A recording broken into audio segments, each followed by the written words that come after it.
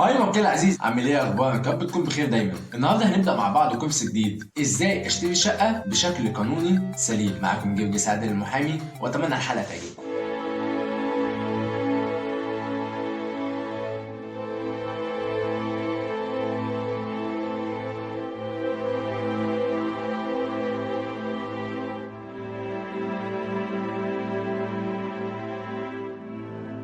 في البداية هنتكلم النهارده عن العقد وكتابة العقد، وقد ايه ان العقد ده مهم جدا. في ناس بتستسهل الموضوع ده وتقول لك يا عم هات اي عقد من المكتبة، تعالى نحسبها مع بعض. هل الشقق كلها نفس العقد؟ طبعا لا، ومش نفس المكان ومش نفس الحالة. كل شقة وليها صفات، كل شقة وليها حالتها وليها صفاتها وليها شكلها وليها العقد بتاعها. يعني في شقة بتتباع بحصة في الأرض، وفي شقة بتتباع من غير حصة في الأرض. فكل شقة بتختلف عن التانية، وبالتالي مفيش عقد بينفع لكل الشقق.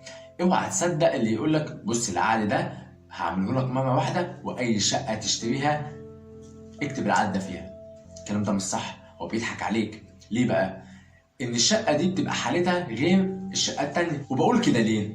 بقول كده علشان كذا سبب. اول حاجه، الشقه دي ممكن زي ما قلنا تبقى ليها حصه في الارض او ملهاش. تعالى بقى نحسبها مع بعض ونقول ايه البنود اللي ممكن تتكتب في العقد انت ما كنتش تعرف عنها حاجه. بما ان كل شقه ملهاش علاقه بالتانيه، وده هيفرق في ايه؟ هيفرق برضه في العقد. هقول لك على كام بند كده يمكن محدش يعرفها، خلي بالك منه. تعرف ان انت لو اشتريت شقه النهارده وطلع ان الشقه دي كان في خلافات ما بين الزوج والزوجه، وانت اشتريت من البايع والبايع ده قال لك الشقه دي ما عليهاش اي مخالفات ولا عليها اي حاجه والدنيا تمام، حضرتك اشتريت الشقه ولقيت حد بيخبط عليك بعدها بيومين، لا بعد اذنك الشقه دي مش بتاعتك، ده في حكم تمكين لزوجه البايع من ان هي تتمكن من الشقه. حضرتك تقول لا انا شاري بعقد بيع ودفعت الفلوس وخلصت، حضرتك يقول لك ده حكم محكمه ما ينفعش. حضرتك بقى تفضل تجري ورا البايع عشان ترجع فلوسك. طب هتضمن منين ده؟ عشان كده تخلي بالك وانت بتشتري شقتك، اول سؤال تساله للبايع هي الشقه دي صدر لها قرار تمكين؟ هل في خلافات ما بينك وما بين الزوجه ولا مفيش؟ ولا الدنيا تمام؟ ساعتها هو هيجي يقول لك اه ده في خلافات ده مفيش، حضرتك تمضيه على اقرار بان مفيش اي حاجه. ولو تقدر تمضي الزوجه كمان لازم تامن نفسك من النقطه دي. ما ينفعش تيجي تقول لا انا كده اشتريت وخلاص، لا، في حاجات لازم تخلي بالك منها. طيب تعال ناخد نقطه تانية. تعرف ان في ناس لما بتشتري العقود دلوقتي تيجي تقول لك لا انا مش هكتب الثمن الحقيقي وهكتب ثمن تاني، دي فيها مشكله عشان الضرايب والكلام ده كله. طب يا عم ما تدفع الضريبه بتاعتك، ايه المشكله؟ انت مش خدت حقك في الشقه؟ ادفع الضريبه. طب انا كمشتري أأمن نفسي ازاي؟ بص حضرتك، هتكتب عقدين، بقى في عقد سوري وعقد حقيقي، وهتخش في قصه بقى علشان تثبت ان ده عقد سوري ودي في قضيه وقصه انت في غنى عنها. ريح دماغك واكتب العقد بتاعك، انت كمشتري مش هتتأذي في اي حاجه، ده بالعكس. الثمن الحقيقي لما بتكتبه ده بيأمنك لا قدر الله في اي حاجه في المستقبل، حصل خلافات ما بينك وما بين البائع على اي سبب من الاسباب وتحت اي بند العقد ده ما بقاش موجود، حبيتوا تفسخوا العقد اي حاجه، ساعتها البائع هيجي يقول لك انا هطالبك بالثمن اللي مكتوب في العقد.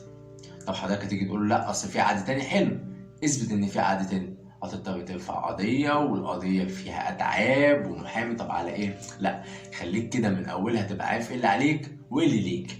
يبقى انت اول حاجه تخلي بالك من بنود العقد، وقيس على كده بنود تانية كتير قوي. علشان كده بقول لك كل شقه وليها حالتها، مفيش شقه زي التانية. تعالى كمان نتكلم في نقطه مهمه، لازم تكتب في العقد بتاعك ان البايع عنده استعداد ان هو يجي يقدم مستندات الملكيه التامه في الشهر العقاري، او انه يعمل لك توكيل بيع للنفس والغير في الشهر العقاري، وان لو في قضيه في المحكمه مستعد ان هو يجي يقيم بصحه البيع. طب ده هيفيدك فيه؟ هيفيدك بحاجات كتيره قوي. لا قدر الله في المستقبل لو حصل اي حاجه كده، البايع لازم ومطالب ان هو يجي يقدم لك المستندات دي في المحكمه، فانت كده بتامن نفسك في المستقبل. خلي بالك انت لما بتشتري شقه خلاص اشتريت الشقه من اول تاريخ توقيع العقد لغايه بقى لما تيجي تبيع البيعه التانيه الشقه بقت بتاعتك، اي حاجه هتحصل فيها هي بقت في عهدتك. فانت لازم وانت بتشتري الشقه من فضلك امن نفسك صح، وتخلي بالك من كل بند مكتوب في العقد، ده تامين ليك انت لو اشتريت الشقه خلاص بقت بتاعتك. وخلي بالك برضه لازم تسال كتير قوي عن الشقه دي وتعرف الشقه دي ايه هي المستندات ومين اللي اشتراها قبلك واشتراها بتوكيلات عامله ازاي، وهل كان في توكيلات بيع للنفس والغير لكل واحد ولا لا. ليه؟ لان الحاجات دي كلها انت هتتسأل عليها لما تيجي تبيع شقتك في المستقبل، فيبقى تخلي بالك من النقطه دي. اللي انت دلوقتي خلاص بقيت عارف كل معلومه كبيره وصغيره عن الشقه. تخلي بالك كمان من نقطه مهمه جدا، هل الشقه دي ليها رخصه ولا ملهاش؟ وطب لو هي ملهاش رخصه يبقى هي كده مخالفه، ولو هي مخالفه يبقى انت لازم كده تسأل على التصالح، هل في تصالح تم ولا مفيش؟ طب هل ده مهم؟ اه طبعا. ان التصالح دلوقتي الحمد لله دي حاجه حلوه لينا كلنا. ليه؟ لو الشقه مخالفه هنا بقى عندك مشكله ان هي ممكن في يوم وليله يصدر قرار بالازاله. دلوقتي الدوله بتعمل خطوه حلوه جدا وهي التصالح. التصالح ده ايه فايدته؟ تدفع حاجه اسمها جديه تصالح، والتصالح ده حاجه مهمه جدا جدا جدا. طب هستفاد منه ايه؟ طب اعمله ازاي؟ طب هل هو مهم؟ ده موضوع حلقتنا اللي جاي. شكرا لمتابعتكم، وده كورس ازاي اشتري شقة بشكل قانوني سليم. كان معاكم جرجس عادل المحامي. شكرا لمتابعتكم.